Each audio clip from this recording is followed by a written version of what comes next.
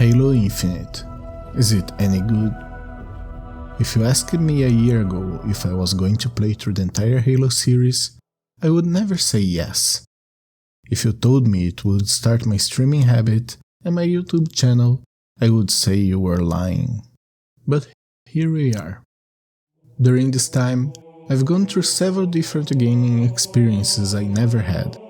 Exploring everything I missed during all my years ignoring the Xbox, I finally ran through the Mexican landscapes of Forza, explored the magical forests in Ori, and felt the mental horror in Hellblade. But none of these games left such a mark in my memory as the Halo series did. My journey started with me not really making much effort enjoying it, to becoming a fan of the series. We were going through the end of the pandemic when I played Infinite, and after a game that let me down, I wasn't really sure what to expect of this one. It didn't help that, contrary to previous games of the series, I was aware of the troubled release this one had. We started with a terrible trailer showing visuals similar to games from 2 generations ago, and news of changes on the core structure of the game. The visuals were addressed before the release, but several staples of the series, like a co-op mode or a good online experience, were either not implemented or lacked the finesse of what people were expecting. But considering that I'm not a multiplayer game, these issues didn't affect me directly. How would this weird new open-world Halo game play for me, a recent fan of the series, focused on a single player and who was disappointed by a lackluster experience on Halo 5? So, about the game.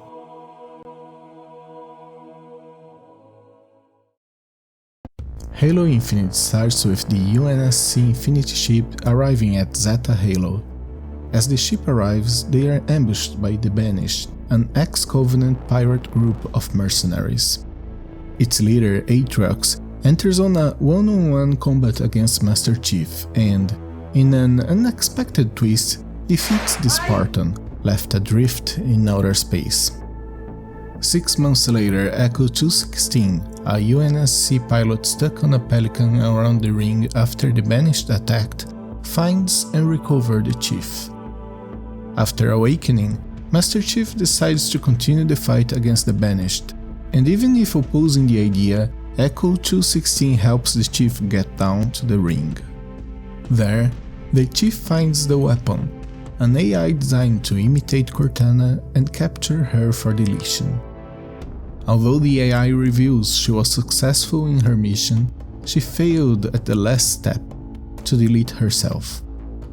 Also, by getting in contact with the weapon, Master Chief starts to have visions of Cortana's memories.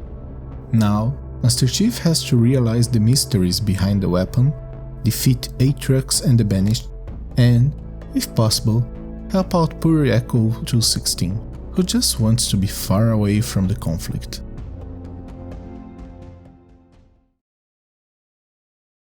The first notable thing as I started playing the game is the open world structure. While all previous Halo games focused on action and your ability to deal with several enemies with 2 weapons and grenades, Infinite focuses on exploration first. All the basic features of open world games are here. We have the big map full of icons to explore, a weird geography to guide the players through the initial steps, waypoints to indicate where to go next, etc. But unlike games which focus exclusively on those open world maps, Halo Infinite follows a structure close to what Zelda does. While you do have the big map to explore, we also have sections similar to the old games. These act like dungeons, and allow us to have classic Halo sections where we can mow down enemies and collect items to improve our status. And status is another open world trope we see in this game. What happened? It just works. I'm not kidding. Master Chief now has an RPG-like upgrade system to gain new abilities, similar to any modern adventure game. Personally, I really enjoyed this change. While not going full open world, I believe that this was a welcome upgrade to the series. At no moment I felt Master Chief held back by lack of upgrades, and I never had to stop and grind experience in order to proceed with the story. As the gameplay portion started, the controls felt unexpectedly good.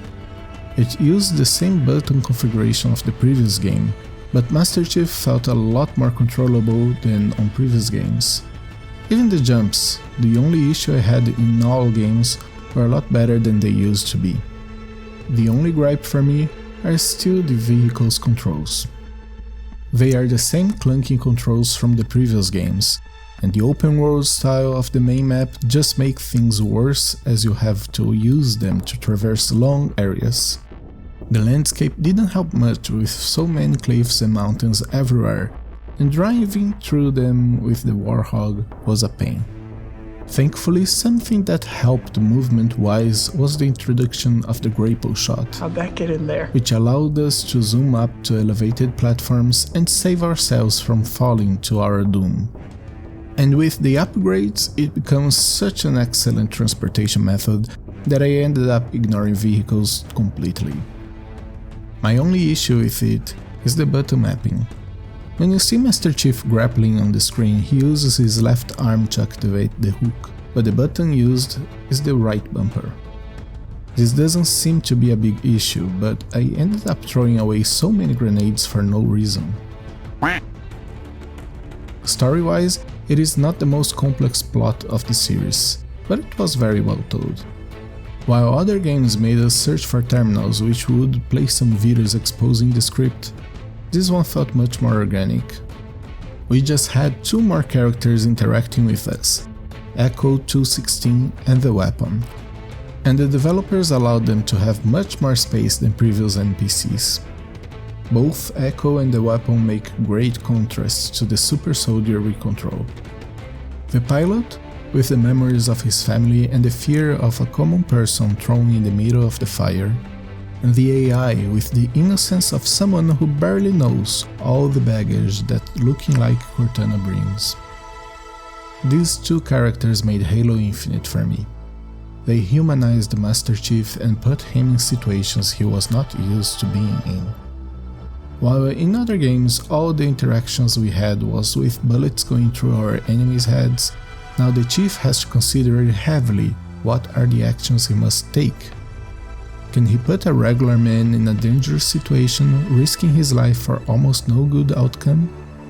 Can he punish an AI who just discovering the world for showing similarities to her old version?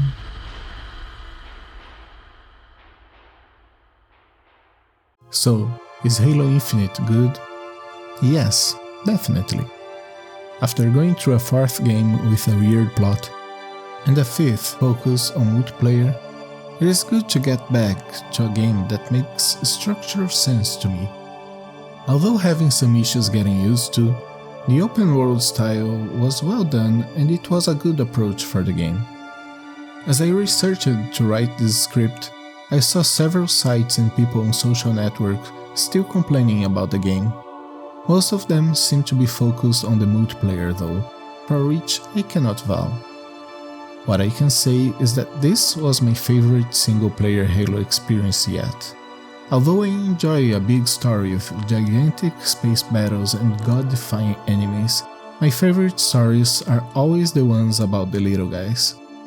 The unseen people who are more affected by big conflicts and are invisible to the grand media and history books. Echo 216 is the pure example of that. At first, we could consider him a coward due to his actions, but if I was in the same situation, what would I do?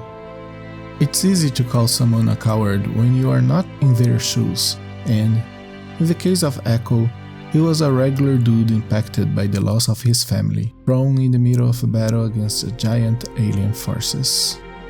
I think it also helped on an identification level. It seems silly, but since I've moved to Canada, I started to discover myself as a Latino person. Something that never went through my mind while living in Brazil. It just hit closer to home hearing a video game character developed with a Spanish accent.